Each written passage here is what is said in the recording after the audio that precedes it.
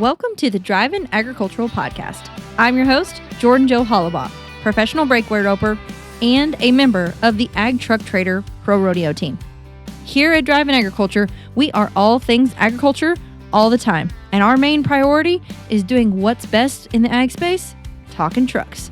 So strap in and let's go roll some coal.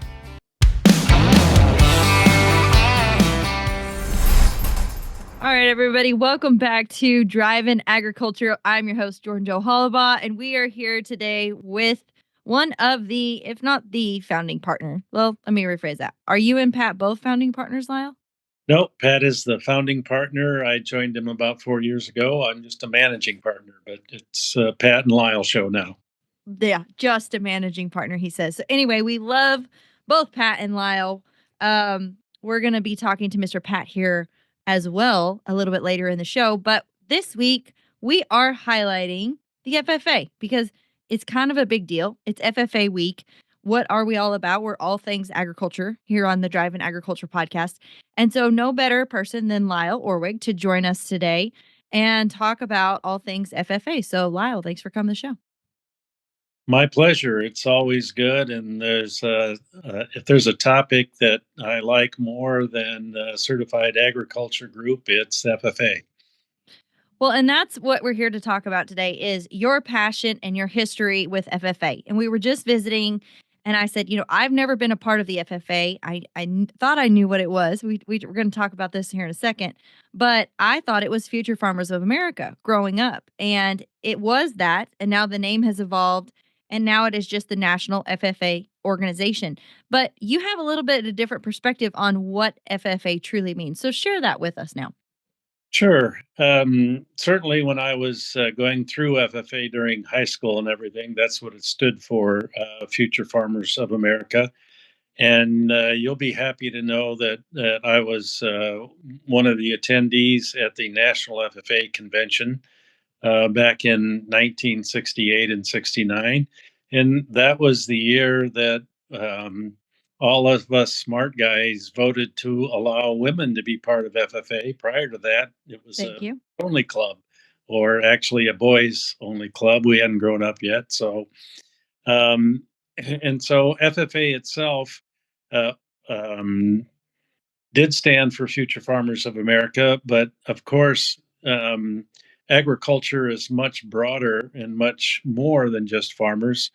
So the organization dropped that and say that naming and went to just FFA. And when people ask me, well, it stands for Future Farmers of America, I say, well, not anymore. It really stands for food farming in America, because that's what FFA is really about. It trains kids, gives them an opportunity to get an education about and everything from computers to the trades of welding and construction, etc. One of my FFA projects was to build a picnic table for the home farm, and learn how to do that correctly. So FFA means a lot more than just farming. It means everything involved in agriculture. Yes, absolutely. And I think you nailed it on the head. There's so much more to FFA than just farming. And we've seen that within the leadership of the youth and the generation today and past times. And so tell me a little bit about you touched on it a little bit in 69 and you're involved in FFA. You've been a longtime member. You've sown a lot of seeds within this organization. Where does that passion come from for you to be a part of FFA, to give back to the youth of agriculture and growing agriculture and continuing on this legacy that's been built with the FFA Foundation? Well, I attribute my entire career to FFA because when I was a freshman in high school, I became the Green Hand reporter.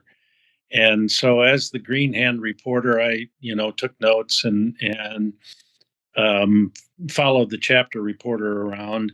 I accused in my sophomore year, I became the chapter reporter. I accused my FFA advisor of making me the reporter because I was the only one that passed English. Well, now not totally true, but anyway, and so I started then sending news and information to the local newspapers about our chapter and what we were doing. Um, because I went to a chapter reporter workshop that was hosted uh, by Dr. Jim Evans, who was head of the agricultural communications program at the University of Illinois. Then the next year, I was elected sectional reporter. So I got to go down to Champaign to the sectional reporters workshop and tour ag communications. In high school, I was, into everything, including thespians, choir, band, and of course, I was one of the co-captains of the football team. And throughout high school, I was going to graduate and become a football coach and go back and do that at the high school ranks and be a football official and, of course, go to the Super Bowl. Well, um, and that would be the only way I could get there because nobody did a 150-pound pulling guard. That was for sure. That wasn't gonna happen. And so FFA really took me into communications then. The local newspaper called me and said, "Well, you're the section reporter. We need somebody that can report on all the winners at the local county fair. You want to do that? We'll pay you, and most importantly, you can go into the fair every day for free with a press pass." So, being a 16-year-old with a new driver's license, going to the fair every day was the biggest thing that could happen in the county. So I gladly accepted that. And then when I got there, the reporter, the ag reporter, also handed me a box camera and say, "Well, you got to take pictures of the winner." And I said, "How do I do that? What's this thing?" So he taught me how to use a box camera, and I took pictures of all the winners. And then, of course, the next week I saw all my pictures in the paper and the list of the winners, and I got a big head and said, "Well, maybe I could do this for a living."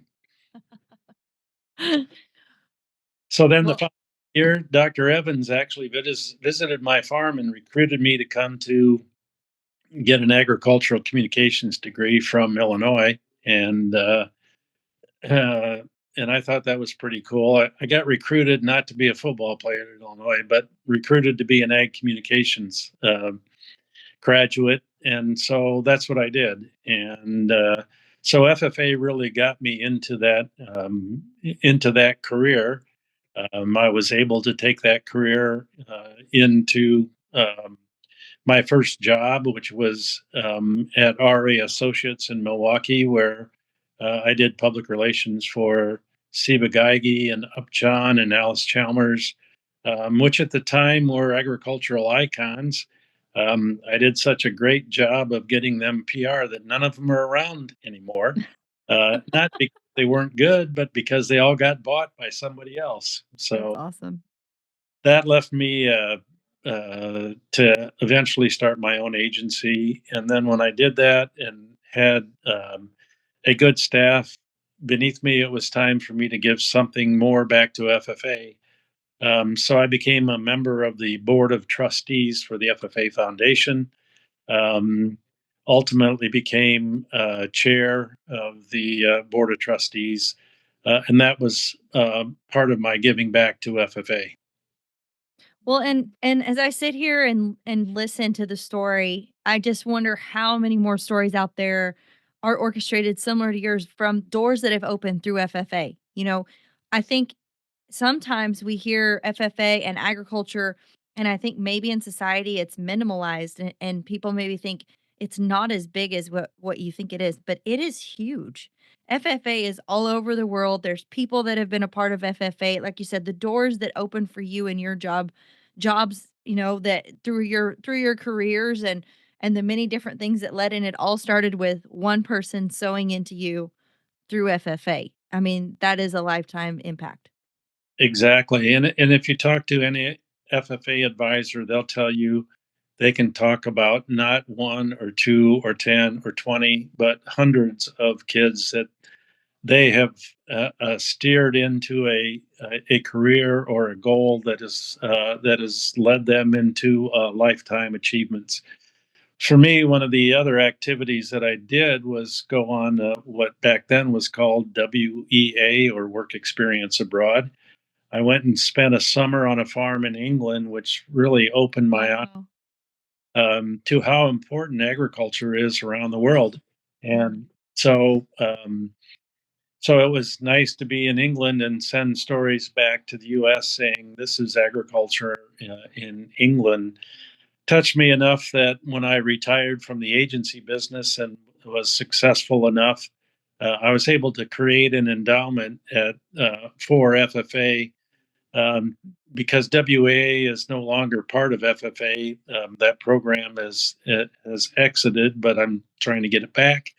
But that endowment sends at least two or three FFA advisors every year on an international experience, so they can Mhm. bring that international experience back to the classroom and talk with their students about agriculture being worldwide, and there are opportunities all over the world in agriculture. I love that. Well, and just to know that we're giving and taking, right? Like you're sending these students to study internationally, bring it back, iron sharpening iron. They're going to bring their knowledge to wherever they go and they're going to learn and bring it back here. And so that just makes everybody grow and expand in agriculture. And at the end of the day, that's what we're all about. Exactly, and you talked about how broad FFA has become. This year, they topped over a million students as members of FFA. So that's a million students who can then also share that with their own communities and with their own family. That just helps us better understand agriculture among consumers. Absolutely. And I think there's an impactful story behind why this all got started. And it has to do with the Why God Made a Farmer commercial by Mr. Paul Harvey. So share a little bit about that because our next guest that's coming on is Mr. Pat Driscoll, who it's the Pat and Lyle show now. So we'll let him tell his story too, but we'll let you tell your story first. Well, I think it's very integral to how this entire program started, because the certified ag dealer program got started when Ram ran the "So God Made a Farmer" commercial in the Super Bowl 12 or 13 years ago, and I'll let Pat fill in all the details. But in essence, that's what got the certified ag dealer program started, because Pat knew some of the Ram folks, and I'll let him share the story because it's a good one. I don't want to miss any of the details, so I'll let him do that. Well, we'll let Mr. Pat share the story. We're excited to hear it. We thank you, Lyle, for your years of service in FFA and for shedding a little bit of light on that. You know, as I sit here and think we've hit over a million FFA members, there's over a million stories just like yours, how FFA has impacted their life. And that is making a change one person at a time. So, what an honor to be a part of FFA. Thank you for sharing a little bit of your insight and background there, and for celebrating National FFA Week with us. Thank you very much, Jordan Joe. Thanks for having me on, and continue to do the great job you're doing. Thank you, sir. Welcome back to Drivin Agriculture, where we're always having a good time on this podcast. And just as we spoke earlier, I have the one and only Mr. Pat Driscoll here with us to share with us his FFA story of when God made a farmer. So, thank you for taking the time to share with us your history. We're celebrating FFA week, and this is an amazing story. I can't wait to hear it. Well, I'll tell you what, it was before I was even an FFA member. It was part of what inspired me to be an FFA member. I grew up agriculture, and really had never been exposed to FFA, but had some friends who were. I had an opportunity to go to the National FFA convention in 1978, where Paul Harvey was the speaker and delivered "God Made a Farmer." So it was pretty amazing, and I have to give a tip of the hat to Ram and to Paul Harvey Jr. When they did that Super Bowl commercial that featured the Paul Harvey commercial. They captured the moment Mhm. when we were there.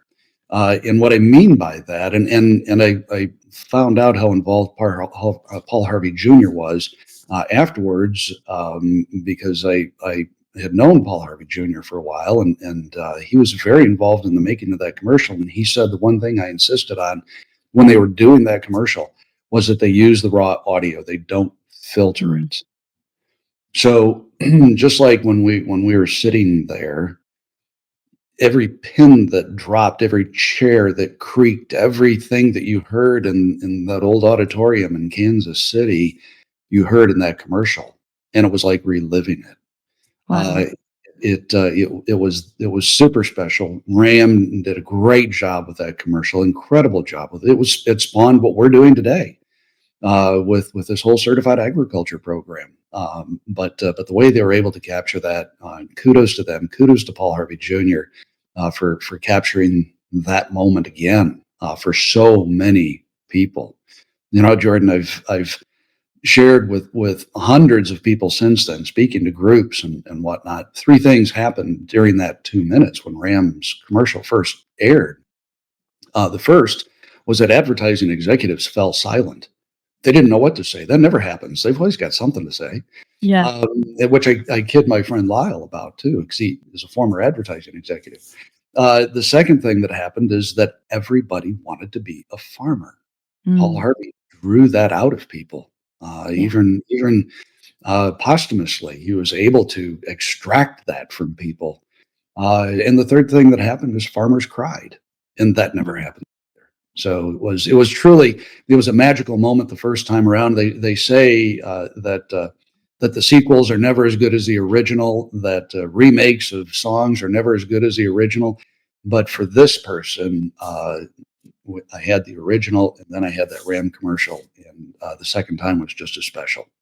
Yeah. Well, and I encourage everybody, if you guys haven't heard that in a while, go listen to it Yeah. and take the time, right? Take the time to sit there and listen to it and just soak it in. I remember the first time I actually saw it on the Super Bowl the first time and hearing it and then going and listening to the very first raw audio. It's so impactful. And I think it's just totally encompasses everything that we're here for today. We're celebrating this week.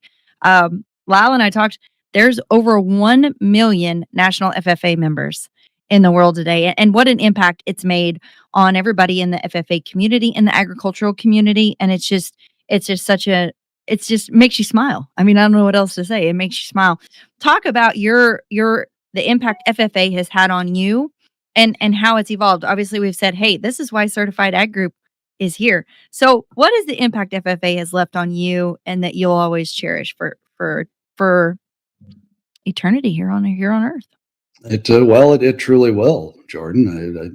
It may sound overstated, but it's not. FFA had a huge impact. I don't want to say it forced you. It moved you to Mm. accept a level of responsibility in your daily life and how you interact with other people and how you advocate. And in this case, for agriculture, I think one of the really cool things that's happened with FFA, and I was the state vice president of Michigan in 1985,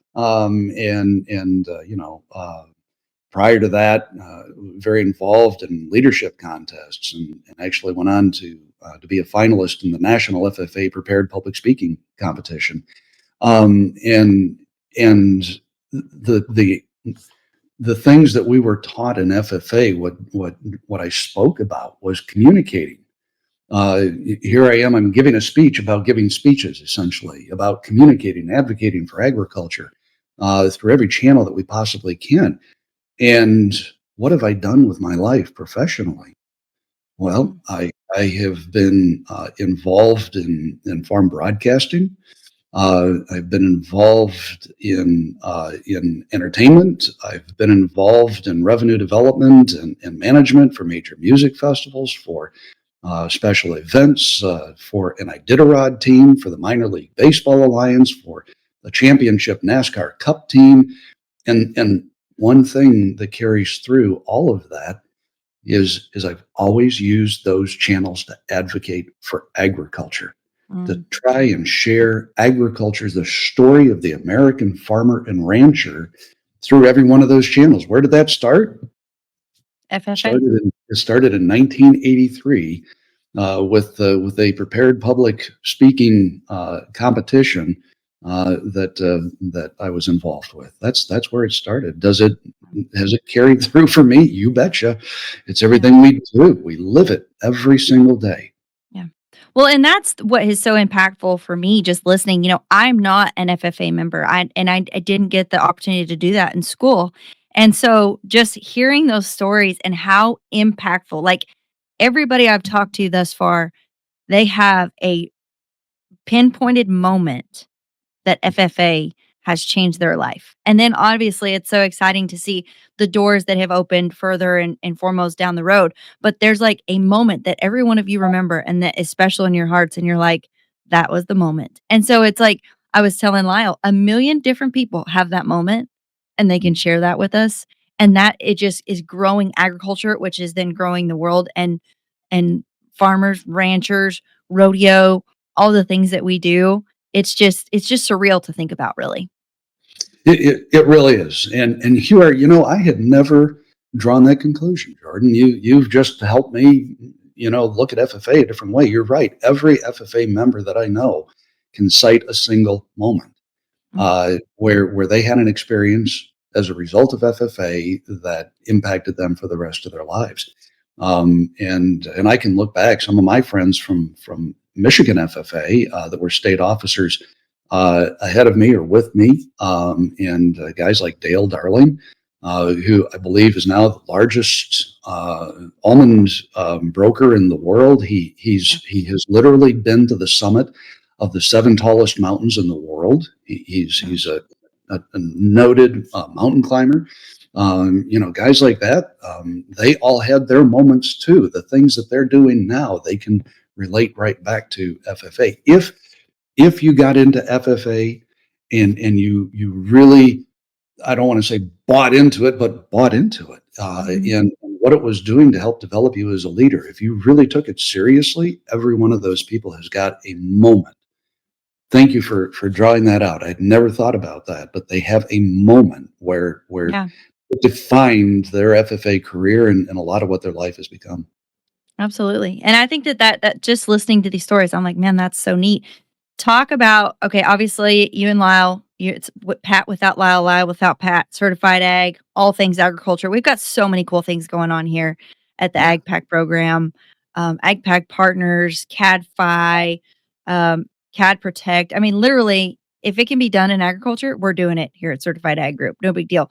But talk about the impact that is obviously the impact it's had on you, but how you're giving back and how you're including FFA in the journey that we're on now as a certified ag team. We are always looking for new opportunities to involve FFA and Lyle and I, because we're both former state FFA officers and competed in those leadership contests. Lyle served on the National FFA Foundation Board of Regents. I was one of the founding members of the Michigan FFA Foundation. So we've carried that commitment on into the future. But what are we doing with this program right now?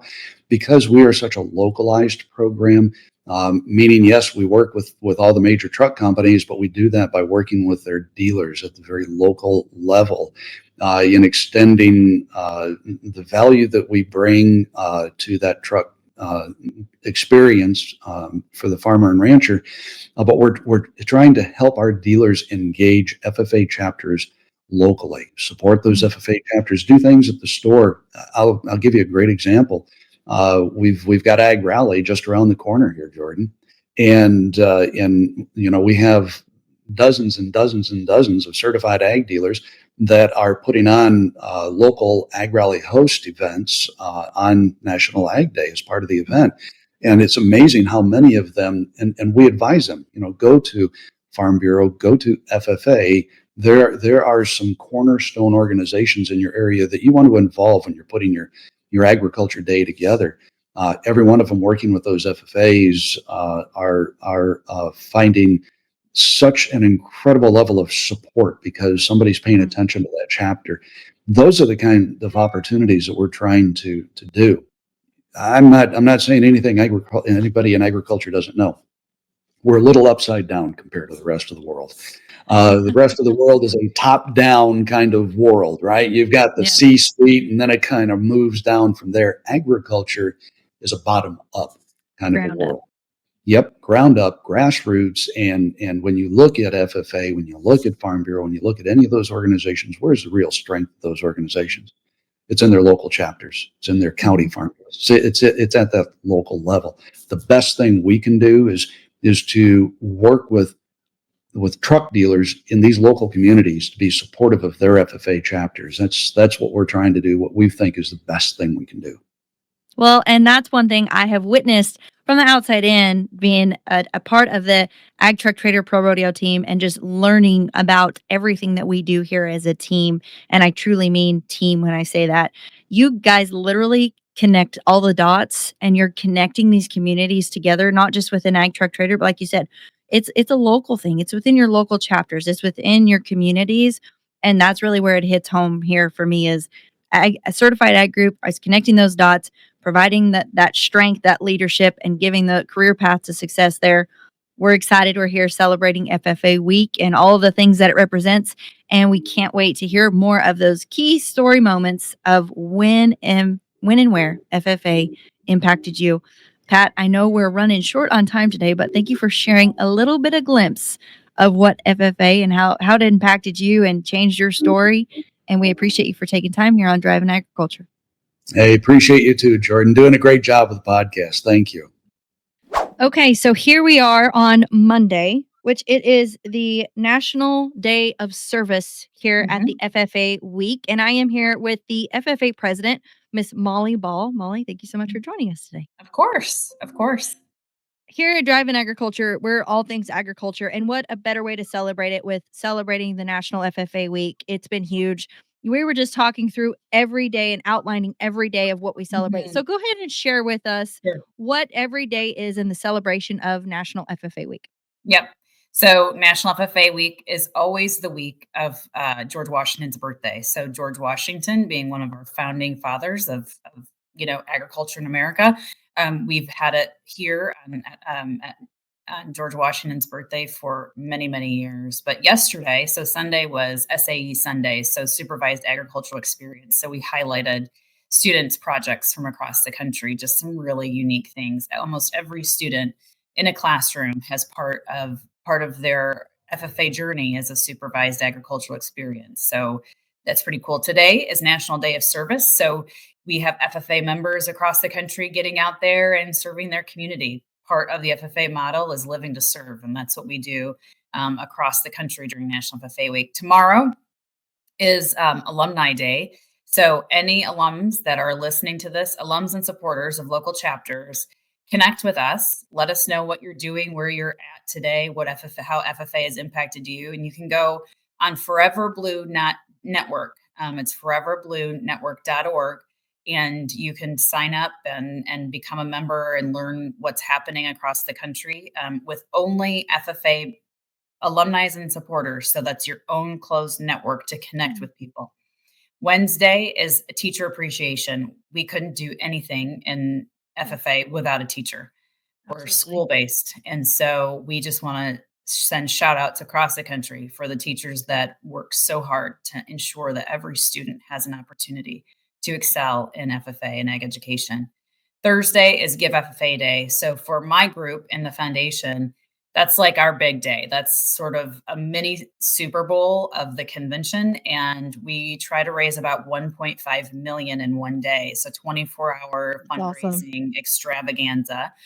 It's a lot of hard work, but our company supporters across the country. And you don't have to just give to National FFA. You can go in and go to ffa.org/donate, and you can choose the state in which you want to give to, or chapter if you want to write it in, and we'll send those dollars and resources to the chapters. It's just a comprehensive one day 1.5 million. So we'll be working really hard with RFD TV. We have a live broadcast. We're actually doing a phone bank of call-ins if people want to give through the phone. Um, just kind of old, taking it back. Yeah. And Friday is Wear Blue Day. So across the country is sort of a big, wear blue, show your FFA spirit and show your FFA pride across the country. So yeah, we have a full week. The national officers are across the country. They are seeing chapters. They're doing some really cool stuff in states. Um, and, we're just excited that they could be out there with our staff just celebrating the week.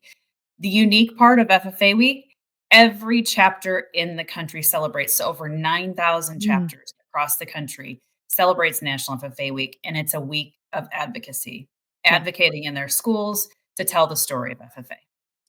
Well, and we've talked a lot on this podcast about how we've hit that million member mark, right? Mhm. But we haven't really talked about how many chapters that is. And that's something I think is super important is 9,000 chapters. And when you break this down and you work backwards, it's FFA as a blanket, but it's local and it's within Right. these chapters. So Mhm. 9,000 groups Mhm. locally. So Mhm. break that down a little bit for me and explain how Mhm. that all works within FFA and how the local chapters play into that. Yeah. So 9,000 chapters across the country, and they span from extremely rural communities to we've got chapters in Queens and Atlanta and all over the country. So, it starts at the local level. Everything that we do at National FFA starts at the local level. And, there's a teacher in a classroom that's recruiting students to be part of FFA. They compete together as a classroom, they compete with their friends, they are part of the chapter officer system, and then it goes up to the state. And each state, has their own association. And then, of course, National FFA is sort of that overarching organization. But during FFA week, they do things like really fun stuff. So, in my chapter, I grew up in Michigan, and my chapter, we would do a pancake appreciation morning. So we would make pancakes for all the teachers, bring them in, and administration, bring them in and show them what we were doing in FFA. Very We cool. have to be called out of the classroom a lot for, contests How and things like convenient. that. So it's sort of buttering them up to say like, "Hey, we're doing some really cool stuff. Just make sure that we get the days off we need." It'll be good. Actually, Indiana just passed a state or is introducing a House bill for students in agriculture and 4-H and FFA to be able to miss school and have excused absences to be able to compete in contests and that sort of thing, which I I think is love it. kind of cool. That's Um, awesome. yeah, so it's very local, very very focused on the ag teacher and in that community, and bringing in those resources from parents and supporters and for former members to be part of that chapter as well. Well, and it everything that I've heard is about community and how the FFA has impacted individuals through the community. And so the cool thing about this is every one of you guys has had a different story of like when and where that memory, that moment that FFA changed your life was. So Yeah. I've got to hear what is your FFA this changed the trajectory for me moment. So great question. Actually, no one's ever asked me that. There's a couple things. We have a program called Washington Leadership Conference. It used to be called Washington Conference Program in Washington, D.C. We've had it for over 50 years. We're turning on 60, where we take students from across the country and introduce them to all the things in Washington, D.C. But really, it's about service, how these people served our country. And so I think that just sort of changed my trajectory of saying, this is something that I want to be a part of for forever. But I think also the friendships and, of course, my ag teacher. I don't keep in touch with him very much, but they truly are the ones who believe in you, that push you, that say, you can do whatever you want. And I'm going to take this kid out of the back of the classroom and make you into something that you don't know what we're going to turn you into. And Mm. so I think that was sort of the the hallmark point for me was that time when my teacher said, you're going to do extemporaneous public speaking. It sounds like fun, doesn't it? And I'm like, I don't even know what it is. And, so it's like you stand up and talk about issues you're passionate about. And I still actually have my speech in my jacket in my office. I love it. Um, from 1993 that I used in my regional contest. But yeah, it's the cool connections you make, and there's a lot of student organizations that do that. But I feel like FFA is really unique in that teacher and student connection, and helping students to change their trajectory. We run into a lot of alumni who say FFA changed my life. I would not be where I am today if FFA hadn't and my teacher hadn't pushed me, hadn't believed in me. And so we're really lucky to have a strong support system like that. Absolutely, and I've heard that over and over again. I'm not an actual member of the FFA. I don't really know why. I just never got into it. My family has a farm and agriculture, but I guess we chose the rodeo route versus Yeah. FFA, Yep. which now I'm like, "Hey, I wish I could have done this stuff." But Yeah. it sounds so neat, but every one of you guys has a story and an influential person. And so Mhm. just to know that and to know that you can make a difference. It takes one person to make a difference, and everybody coming forth through FFA and during this FFA celebration week, it does make a difference, and that's what our goal is, as a country, as Mhm. companies, and all the Yep. things that we're behind. Talk about why you chose to be in this presidential role of the Mhm. FFA Mhm. and what it has done for you. Yeah, so, I'm super lucky and whenever I get to walk into the building of 6060 FFA Drive, it doesn't, um I'm truly, truly blessed to be able to walk in those doors every day and serve students and teachers. Um, I was an intern after, at National FFA, and then that turned into a job when we first moved to Indianapolis in 1998 in communications and marketing. And I got to work with Scott Stump, our CEO. He was on staff then, so it was a lot of fun. We're sort of grown up together in FFA. But I got the call from a recruiter back in 2013, and my husband and I were in Monmouth, Illinois, which is a very small agricultural town. But I was working for a college at the time, Mhm.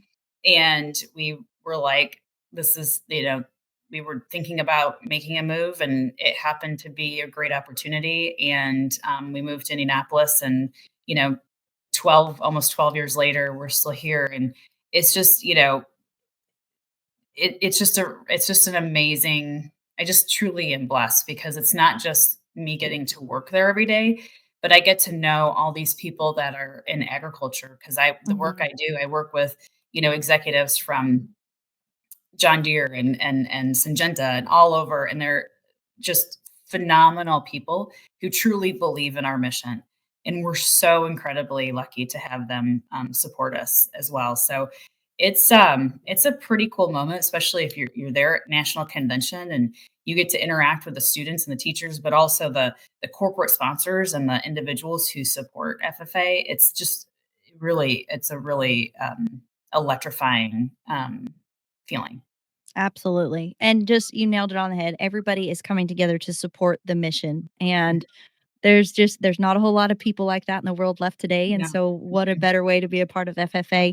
As we celebrate FFA week, what are you most looking forward to? And if Mhm. you could share something with somebody Mhm. that's listening that maybe is on the tip of getting into FFA, whether Yeah. that's leadership, student, parent, what would you say to them? Yeah. So what am I looking forward to FFA week? So I'm headed to Nashville on Thursday. We're going to be live on RFD TV. So we're doing the old uh, telethon style fundraiser. So I'm excited to be there and be part of the live broadcast, which is exciting to be there. Um, what would I tell? I think because I am a parent of high school students, I would say when your child is making that decision between 8th grade and ninth grade and there happens to be an ag program, but they're like, I'm not going to be a farmer. Well, there's so much more than that. Mhm. There's so much opportunity. Plus, it's a built-in family. So if your Mm. child needs that sort of next step in family and leadership and opportunity for them, pursue the path. Do it. You'll never regret it. You'll never regret not putting them into FFA or 4-H for that matter. Um, or I just think as a parent of young people, I think it's an incredibly honorable program for them to be a part of in high school when Mhm. there's so many other distractions, Yeah. because you have your own set group, I guess, if you will, and wearing that blue jacket around and people asking you questions is not a bad thing. It's a cool thing when you can say, "No, I'm super proud. This is who I am, and this is why I wear this jacket." Um, you know, just take the chance and do it because you'll never regret it.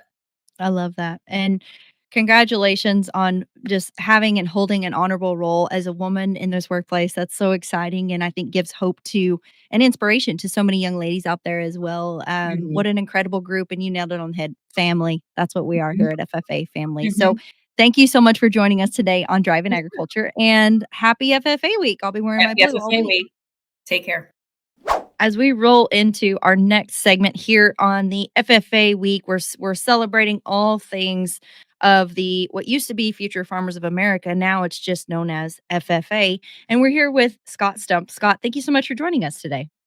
Oh, it's a pleasure to be with you. And at the beginning here on President's Day and the beginning of FFA week, what a great celebration. Absolutely. And I think it's so cool to have a week of celebration. I almost wish like when it was our birthday, we'd have like a birthday week, but you guys did that with FFA. You have a whole week of celebration. So talk about what are we celebrating this week and what all goes into the National FFA week? Yeah, we are celebrating that we've got over 1 million students, 1,027,000 across the nation, from fifth grade through seniors in high school, and some that are even continuing their membership past high school to be state officers or to receive their American degree. But we're celebrating what we believe is our purpose, which is to grow that next generation of leaders who are going to change the world and communities across this nation. Absolutely. And I think that that's one thing that, as I've talked to Pat and Lyle about what FFA means to them, there's always a story behind each and every person, like when FFA really like made the mark and made a difference in their life. So what is that story for you on how you got involved in FFA and when it really hit your life and made a detailed memory? Yeah, so it would have been Trafalgar, Indiana, many, many years ago, as a eighth grader turning into a ninth grader that summer. Went to a Green Hand camp and met with students from all across the state, and was asked to enter into one of the camp competitions, which was the Creed contest. And for the first time, I stood in front of others and yeah, recited the Creed. So speaking in public, answering questions on it, that first set of nerves that yeah, I thought I couldn't overcome at the time, but all of a sudden I said, "Ah, you know what, I can do this." And then got encouragement and feedback and support Awesome. that led to the next time of doing that. And so it was literally through FFA that I found my voice and the ability to share my ideas with others. And that happens, again, for millions of students across this nation, allowing them to un- unlock that potential that's in them that they didn't know was there to begin with, that they're Mhm. going to use to make a difference.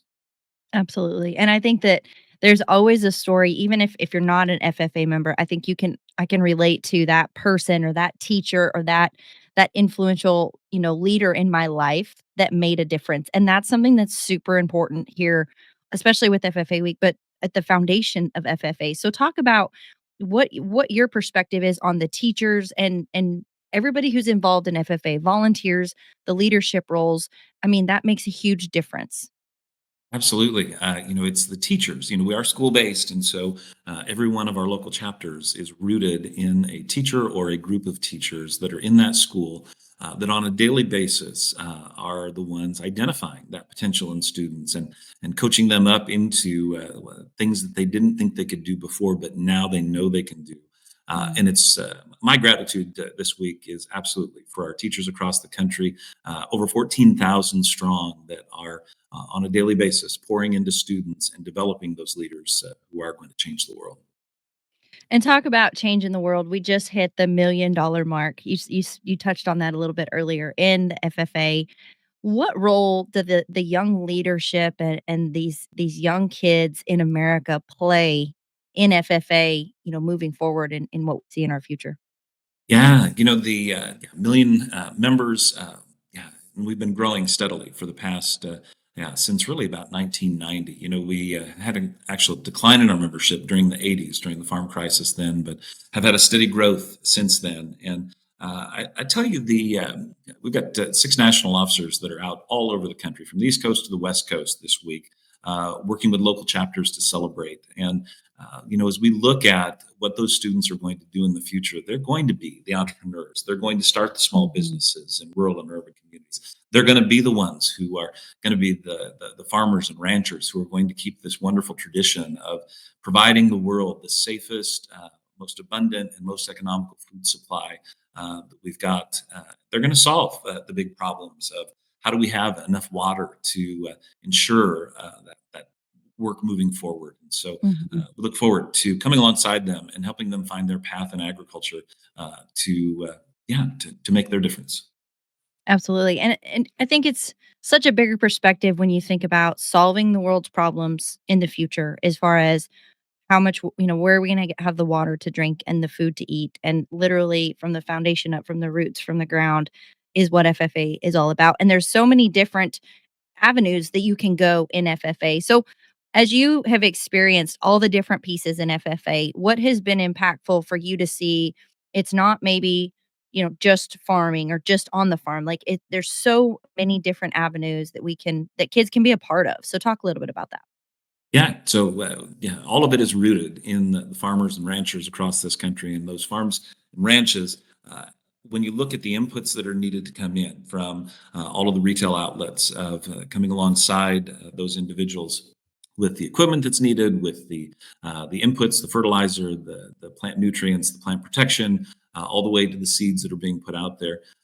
And then once you get that product off that farm or ranch, all of the value adds that happen along the way through the full food value chain, all the way to the point of ultimately consumption, all of those jobs are related in the space of agriculture and ensuring that America has a wonderful food supply. And there are places for students all along that path, from being farmer or rancher to being a food scientist to being the quality control expert that allows that product to make its way through the chain to the packaging. Uh, every step along the way, there's a place for a student to get involved in that work. And if there's a student here listening to this podcast today and they're like, I don't I like FFA, I want to get involved, but I'm not really sure. What would you say to that student that's listening, or maybe a parent that's listening that wants to get their student involved in FFA? Yeah, and it starts, and every time I'm out with a group of students, I remind them to say yes to the opportunities that FFA offers, because only by saying yes can they take that next step in developing the potential that's within them. A couple places I would go. One, if they're thinking about a path in agriculture but don't know exactly what it is that might work for them, go to FFA.org and to a tool that we have called Ag Explorer, and it shows the hundreds of different career opportunities that are available, from ag tech to yeah environmental science to natural resources. All that gamut is available to them there, and then within each of those tiles on Ag Explorer, it also talks about the experiences that they can get involved in FFA that will help them test that to say, is that the right path for me or not? Yeah. Okay, cool. Well, as we're celebrating National FFA Week, what does your week look like, and what all activities are you going to be involved in? Yeah, so I'm going to be here at the FFA Center in Indianapolis, Indiana, and we've got a couple of things coming up this week. Tomorrow we're dressing up as our favorite ag career, so modeling what most of our chapters are doing locally. Uh, we are not driving tractors to the FFA Center, although a lot of chapters do have a tractor drive-in day.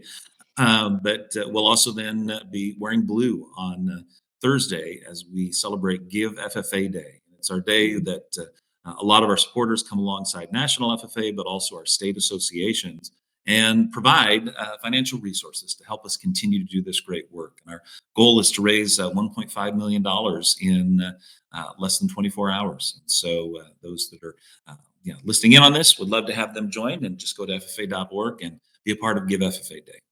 Absolutely. Everybody who's listening, make sure, I mean, I will have my blue on Thursday because it's the reason for the cause. And then 1.5 million. What an awesome goal. And it's just giving back to the future of agriculture, the future FFA and everything, the leadership, the roles. I mean, it is so impactful, and it is what as we're listening today, are going to have the youth that are coming up. They're going to be the generation that takes care of us. So we have got to take care of them. So go to FFA.org. Is that correct? That is Yep. correct. Absolutely. FFA.org. Get your blue on Thursday. Get that money, get that checkbook out, and contribute and be a part of FFA. So Scott, thank you so much for joining us today. Happy FFA week, and I can't wait to see you in your blue on Thursday. All right. Thank you.